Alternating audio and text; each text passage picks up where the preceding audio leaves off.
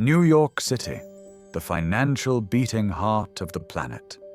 You might be surprised to learn that the Dutch bought Manhattan for just $24.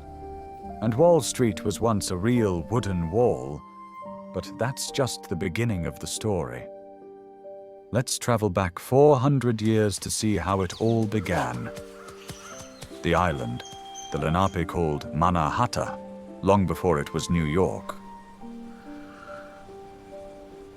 Using AI, we reconstructed every stone based on real archaeological discoveries. Enjoy watching. This was the Dutch Golden Age, an era when a tiny republic held global trade by the throat. The Dutch East India Company was obsessed with a monopoly on spices. They desperately needed a shortcut to Asia. It all began in 1609.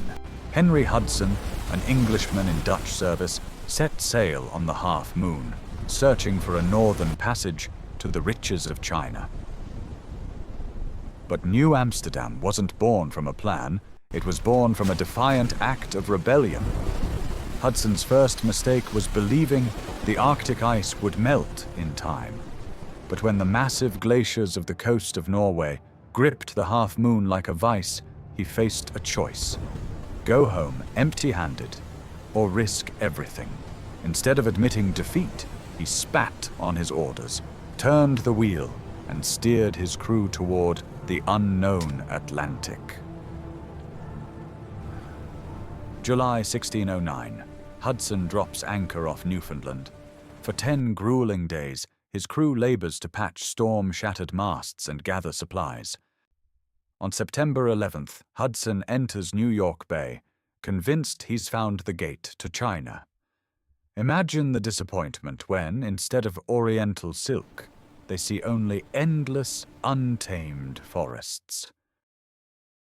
Stepping onto the riverbanks, the Dutch swapped cheap glass beads for thick beaver pelts, totally oblivious that they were lighting the fuse on a fever that would soon rip across the entire continent. The next day, they meet a fleet of 28 Lenape canoes, peacefully offering oysters and beans. Hudson never found the spices of the East. Instead, he found a river so deep and rich, its banks seemed to whisper of a new paradise. But a bitter welcome awaited Hudson upon his return to England. The English did not forgive his betrayal.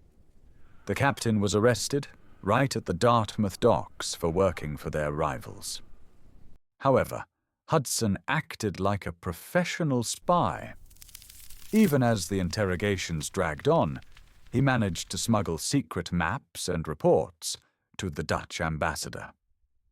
New Amsterdam became the talk of the town, in the dimly lit, smoke-filled taverns of the Netherlands. Upon his return, Hudson told the merchants not of gold, but of soft gold, an unbelievable abundance of fur-bearing animals. Imagine the fire in the eyes of Dutch traders. In a Europe stripped of its own forests, fur was the ultimate status symbol. Word of this soft gold spread fast, and soon every merchant was fitting out ships, not for glory, but for pure, cold profit. These men sailed into the unknown, hoping to trade glass beads and metal knives for the kind of wealth that would make them the kings of Amsterdam. When the Dutch finally reached the rugged shores, first reported by Henry Hudson in 1609, they already had a rhythm. For 17 years, they saw no need for permanent settlements. They simply sailed in, traded goods for fur, and headed back home with their profits. It wasn't until 1626 that they finally decided to stake a permanent claim and officially buy the island. Leading the charge was Peter Minuit, a shrewd German-born adventurer and the newly appointed director of the New Netherland colony. You've probably heard the legend. Manhattan bought for a handful of beads, worth a measly $24. But the real story, buried deep in the archives of The Hague, is far juicier.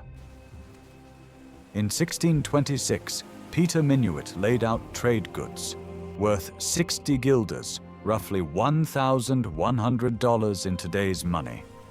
But here's the twist. It looks like he bought the island from the wrong people. Minuit struck a deal with the Canals, tribe from Brooklyn, who were essentially just passing through. Meanwhile, the island was actually controlled by the Wekweesgek. Imagine the look on the Dutchmen's faces when they realized they'd been hustled by the locals. But for the Native Americans, this wasn't even a sale. The concept of private land ownership didn't exist to them. In their eyes, this was a tribute for peace, a fee for the right to share the land's resources. The Dutch, however, walked away, thinking they'd purchased the world's most famous island. The city began to claw its way out. The first sawmills roared to life, where African laborers cut the timber that would build a future metropolis. In the 17th century, beaver pelts were like cryptocurrency, the soft gold every empire hunted. Europe went wild for them. Beaver felt was the only way to make those wide-brimmed hats that showed your status. Waterproof, durable, perfect for fashion. But traders wanted more than pelts. They prized castoreum, a secretion from beavers' glands used in medicine for pain relief and by perfumers to fix luxurious scents. Around Manhattan Island, beavers were so abundant they called them the colony's living oil. This frenzy wiped out beaver and otter populations, causing ecological collapse. That's why the beaver still appears on New York's official seal, a silent tribute to the animal that built the city. New Amsterdam in 1647 was forever changed by the arrival of Peter Stuyvesant, a governor with a silver-banded peg leg. He introduced the first taxes, built schools, and erected the legendary defensive wall that would later give Wall Street its name. New Amsterdam begins to transform into a true city, carrying the atmosphere of a harsh frontier. The first settlers landed on a shore where there was nothing but wilderness. They built a large hall for gatherings and several temporary huts made of rough timber and bark.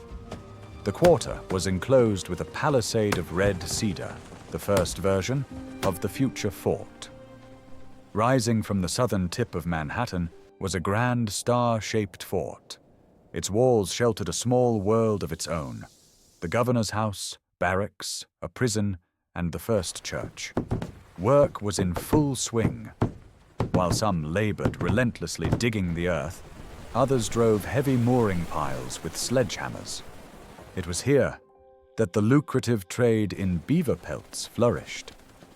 Each hide was carefully branded on its inner surface, a hidden hallmark of excellence that served as a true passport of quality for the Old World. From the fort's high ramparts, the Dutch kept a watchful eye over every vessel and every crate of cargo that swept into the river. To tame the elements, the Dutch cut a main canal that split the peninsula in two, measuring every inch of the future Amsterdam with brass theodolites. Above the city rose the wings of the first windmills. Symbols of Dutch ingenuity and energy, they ground the grain that fed the entire settlement. The mill quickly became the heart of the young colony, a place where settlers gathered, exchanged news, and felt the rhythm of daily life. And now, we move north, where the legendary wooden wall stands tall. Built of thick oak stakes and heavy planks, it served as a defensive barrier. It was mostly guarded by the town's residents, ordinary citizens ready to fend off an attack at any moment. Yet the wall had another, hidden function, one that few knew about. Though the timber has long since vanished, the path it once guarded remains, destined to become the most famous financial address in the world, Wall Street. To understand how this wall became a symbol of global finance, you have to look at the numbers. In New Amsterdam, every fourth house was a tavern. For every small cluster of residents, there seemed to be an entire drinking establishment. The Dutch weren't a nation of drunks, they were a nation of merchants. But most importantly, the tavern was the beating heart of a black market. Taverns weren't for fun. With no offices or banks, they were headquarters, stock exchange, and the city's news hub, all at once. As we already know, every beaver pelt leaving the fort for Europe bore a stamp. Without it, it was contraband. Official trade was a trap. The company paid pennies and sold for millions. That's why true capitalism thrived in the shadow of the city wall. Under the cover of night, Lenape hunters slipped pelts through gaps in the fence. It was like a spy thriller. Merchants risked their lives, trading forbidden goods, muskets, gunpowder, and gin. Just imagine, only one illegal rifle could fetch 100 pelts. The American mindset was born. Law was just paper, and real success depended on your ability to negotiate in the dark. August 1664, New Amsterdam carried on as usual, unaware that the final hours of Dutch rule were slipping away. Meanwhile, dark clouds were already gathering over the harbor. The English crown had decided this wildly profitable port was far too valuable to leave in Dutch hands. Imagine that morning. The sun had just risen, when suddenly the horizon darkened. 4 English war frigates, like sea monsters, slowly entered the harbor. On board, 450 elite marines and hundreds of cannons aimed straight at the city. Against this force, Governor Peter Stuyvesant had just 150 exhausted soldiers. And worst of all, half-empty barrels of gunpowder. It wasn't a battle, it was a verdict. Stuyvesant's temper was legendary. When handed the letter demanding surrender, the English gave the city exactly 3 days. 3 days of silence ringing in the air. Surrender, or watch the wooden town burn under cannon fire.